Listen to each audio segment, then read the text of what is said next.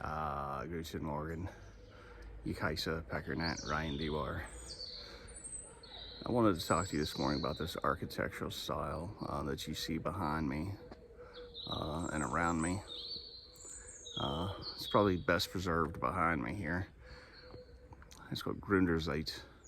This is a Gründerzeitviertel, uh, founding era quarter, founding era neighborhood, sometimes known in English as Wilhelmian Quarter.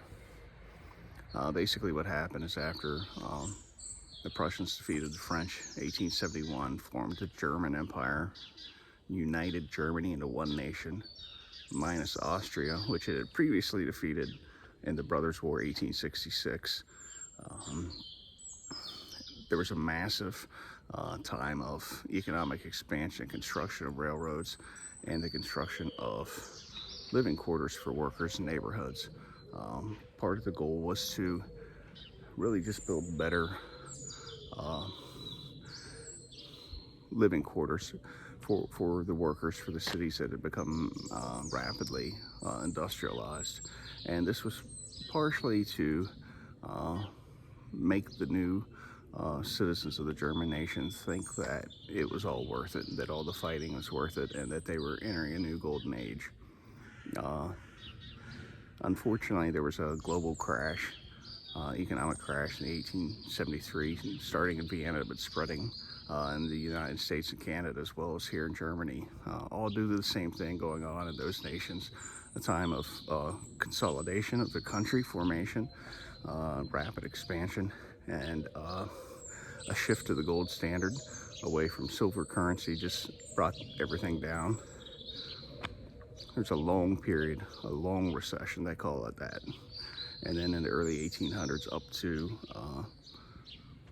the First World War, construction picked back up. That's the period these buildings belong to, the late 1800s. In that time, technology had really kind of advanced. You started seeing hydraulic elevators, pneumatic tools, iron frame construction, steel frame construction, which meant that things could be built quickly. A whole block could be built within 6 months. And these neighborhoods just started popping up everywhere around Central Europe, Germany, Austria, Hungary, Czech Republic. One of the things I want to discuss is just how incredibly dense these neighborhoods can be, while at the same time being very comfortable. This particular one has a population density of over 70,000 people per square mile. It's one of the most heavily densely populated areas within Germany.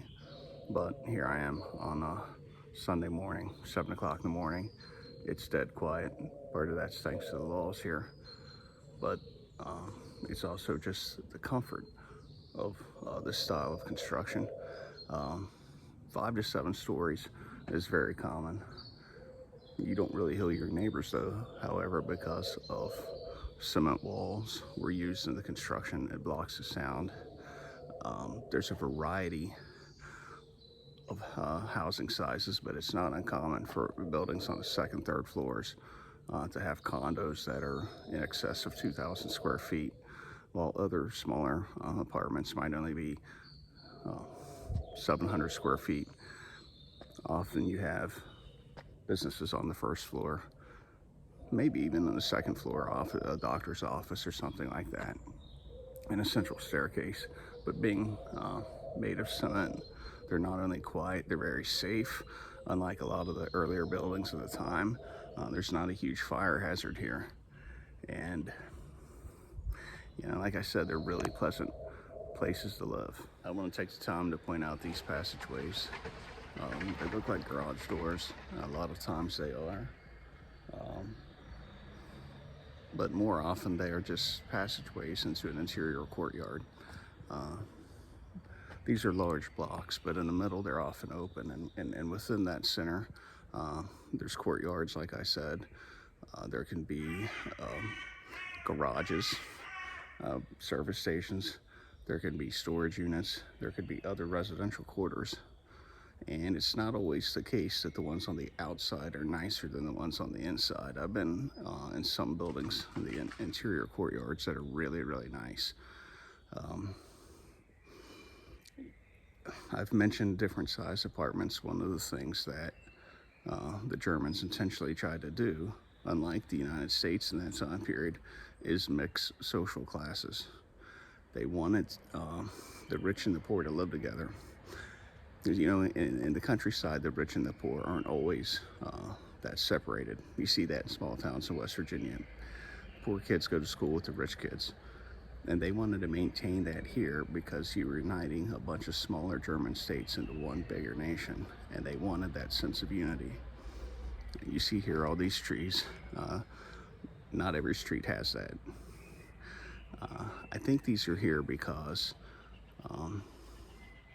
they kind of thought maybe this area would grow more. The city would extend a lot further past this, and someday this might be a major street.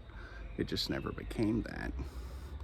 So they kept the same width of the street, but put some trees up, used it for parking, used it for front yard, whatever the case. Another feature to point out is how these corners are angled so that there's a door facing the corner.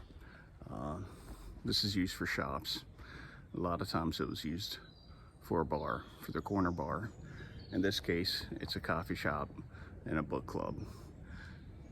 They're everywhere. They're not always currently in use as anything right now, but they were designed like this, not only to make the corners more friendly, but to really open up the corners for development. Everybody could see each other across the way. You could have outdoor seating sometimes like this, and build that sense of community among the different social classes that I talked about. I stopped here for a second on a street with smaller trees so you can see really just how nice some of these buildings are, and you can see the bar on the corner over there. Another feature that's common here are pocket parks. This one's under reconstruction. So you see eventually it'd be a nice little place to sit in the shade with a bunch of benches. Probably be a little bit of a beer garden. These are common throughout this area. They're put in place because, you know, when you have 70,000 people per square mile, people need a place to sit. They need to get out. They're scattered all through the area. This one's named Sedanplatz, named after a battle in France, the Franco-Prussian War, that led to Germany's unification. This whole neighborhood through here has street names, park names, school names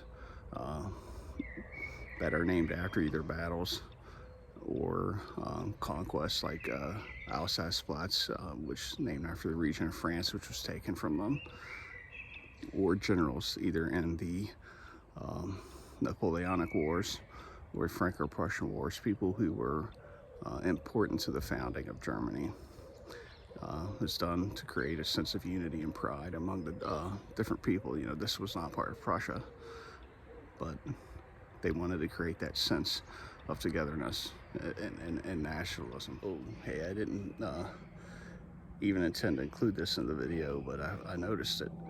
You see a little statue of Otto von Bismarck there in the corner, seen in some ways as the founder and father of modern Germany. And the writing above him says Bismarck House. Again, just feeding into the nationalism and a sense of unity that these neighborhoods tried to create. Another common feature to talk about are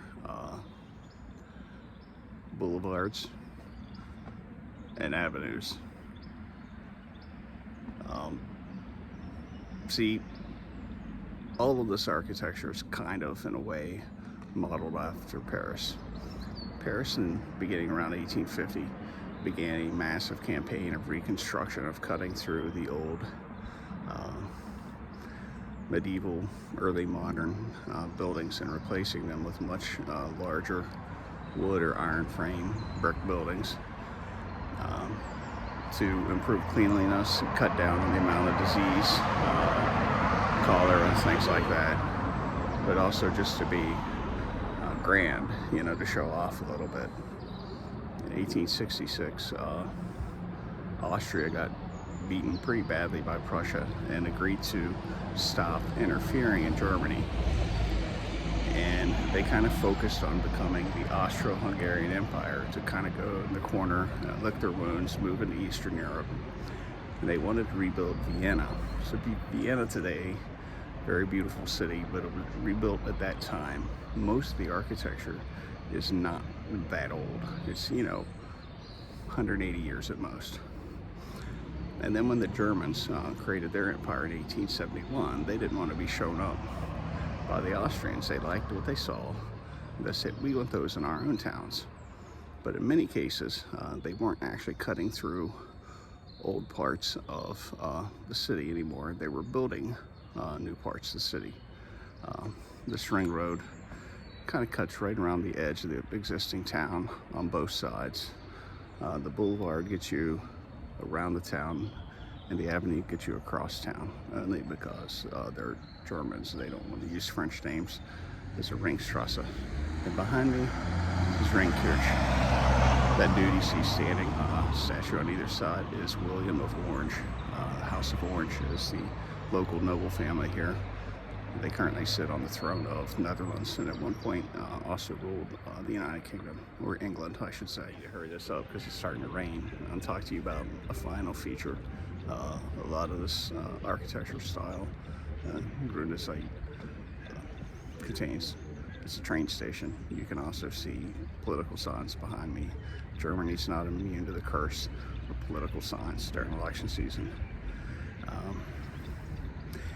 As I mentioned, this time began around 1870, a massive period of railroad constructions, not only in Europe and the United States, with our Transcontinental Railroad, in Russia at the beginning of the Trans-Siberian Railroad. And so they would come outside of town, maybe half a mile or so, build a train station, and then plan to fill in around it with this architectural style. And in Wiesbaden here, they planned for a U-shaped ring centered on the train station that wrapped from the foot of the hill on either side of the town. The west side got pretty extensively built out, but then World War I happened, and the east side was never built. Beginning the early 1960s, they had the money to start building again, and what's there now is very modern construction. Office towers and things like that. A lot of the Americans here actually choose to live over there because it's, I guess, more what they would expect a city to be. However, the areas east of town are very pleasant. Here in Wiesbaden, it was a resort town. No factories, no reason to bomb it. So several square miles of that kind of architecture remain. In Frankfurt, it was a lot more heavily damaged, but usually the Gründerzeitviertels were not bombed because it was a residential area. It wasn't a factory. There was no reason to destroy it. So in some areas of Germany, there really are a lot of this architecture left. In other places like Cologne, it was destroyed, but the German people built it back on their own. Not always as nice as it was before, but the form of the neighborhood is still there. Have a blessed Sunday. I'll holler at you later.